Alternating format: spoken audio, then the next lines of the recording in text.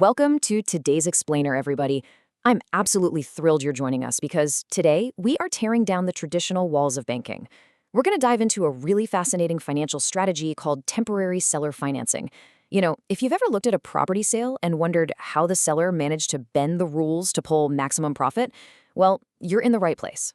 We're going to break down how it actually works, who it's designed for, and the built-in safety nets, using the clear, straightforward facts we have today. Now, let's just go ahead and address the elephant in the room right away. If this seller financing thing is so amazing, why isn't everyone doing it? Why haven't we put all the big traditional banks out of business? It's a totally fair question, and I promise we'll unpack the reality of this tool. The truth is, while temporary seller financing is incredibly powerful, it's not some magic wand you can just wave over every single real estate transaction. It operates within a very specific set of parameters. And understanding those parameters, that's the secret to unlocking the whole thing. So let's get into Section 1, the seller financing basics. Like I just said, this isn't magic. You need the right financial starting line to actually get this strategy off the ground. And that brings us to a really important number, 60%. For temporary seller financing to hum along smoothly, the absolute gold standard is owning the property completely free and clear. No mortgage, just yours. But if that's not the case and a note buyer wants to pay off the existing debt on the property, you've got to have at least 60% equity. You simply can't pull this off if you're heavily underwater or just barely building equity.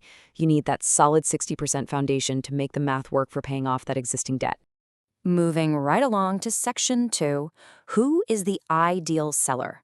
We know what the property needs to look like, but what about you, the person actually selling? Let's figure out if you fit the exact profile needed to make this a success.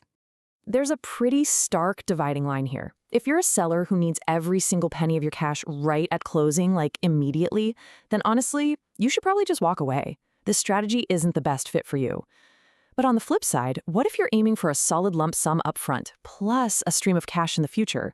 Or maybe you're trying to secure an absolute premium price, or you're selling to a buyer who might struggle with a traditional bank loan? If that sounds like you, this tool is literally designed to help you maximize your returns. Okay, Section 3, properties and buyers. Let's look under the hood at the mechanics. What exact kinds of real estate get sold this way? And more importantly, who's actually stepping up with the money to buy these notes? There is a huge misconception out there that this is only for your average single-family home. Honestly, that couldn't be further from the truth. Sure, it works great for single-family homes, but we're also talking commercial properties, actual working businesses, apartment buildings, and even raw land. Basically, if there's secured cash flow tied to the asset, it qualifies. It's a wildly flexible tool across the entire real estate spectrum. So who is buying these notes from you? Well, it essentially boils down to two main camps. First, you have individuals. These are folks who just flat out prefer putting their capital into real estate rather than rolling the dice on the stock market. Then you have the big players, institutional investors. They buy existing loans and mortgages all day long. And what's really fascinating here is that a lot of these institutions are incredibly creative. They can buy basically any part of a mortgage you want to sell them. Their flexibility is what keeps this whole ecosystem moving. Naturally, you might be thinking, can I just do this all myself? I mean, technically, yes, but we always recommend using an experienced specialist. It's absolutely crucial. A good specialist more than earns their fee because they know how to get your property in front of way more potential homebuyers than you ever could on your own. Plus, they handle the incredibly complex paperwork and all the necessary legal disclosures. Trying to DIY this can lead to some massive, costly mistakes. Think of a specialist as your personal shield against those errors. And that brings us perfectly to Section 4. Navigating the legalities.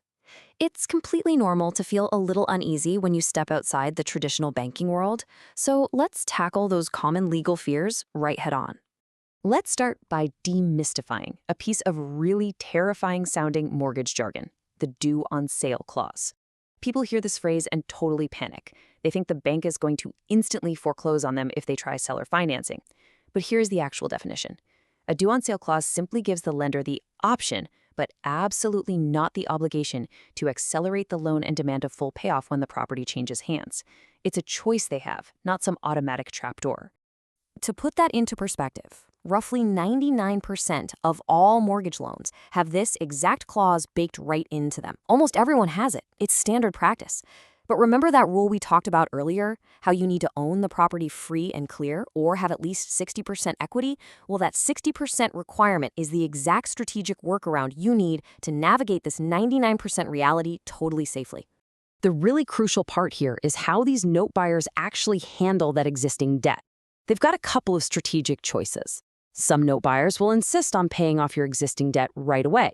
That puts your seller finance note in the prime first lien position. For you, the seller, it means getting more cash up front, but a bit less total cash overall. On the flip side, other note buyers will buy a junior lien, leaving your senior first lien completely in place. It shifts the timing and structure of your cash flow, all depending on what strategy the buyer uses. Which brings us to the climax of today's explainer, Section 5, addressing the what-ifs. Let's just go there.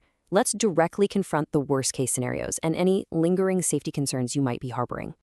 You're probably wondering, how do I know this is actually safe? Well, because every single transaction is securely handled through a licensed escrow company, complete with a title insurance policy. You get the exact same professional safety net as a traditional real estate sale. It's a fully legal, heavily safeguarded process built from the ground up to help you get top dollar for your home. And it's not just safe and legal, it is ridiculously flexible. Get this, you can literally change your mind about selling the cash flow at any point during the process. You are never ever locked in until you officially choose to be. You stay in the driver's seat, retaining ultimate control over your asset and your financial future every single step of the way. But, okay, what about the ultimate buyer default fear? What happens if a balloon payment comes due and the home buyer just flat out cannot refinance with a bank to pay it? It's a scary thought, right? Well, take a breath because even this worst-case scenario has a highly structured backup plan. A default on a balloon payment doesn't equal immediate catastrophe. There are very straightforward, actionable steps. Step 1. The home buyer always has the option to simply sell the home to satisfy the debt. Step 2. If they can't sell it, they can officially request a 6-month extension to give them time to pay off that balloon. There is intentional breathing room built right into the system so the issue can be resolved without everyone losing their shirts. And for those of you looking to squeeze out every possible drop of profit, there are some pretty advanced strategies. In certain situations, you might choose to hold on to the note yourself for just a few payments. By doing that, you establish a rock-solid payment history.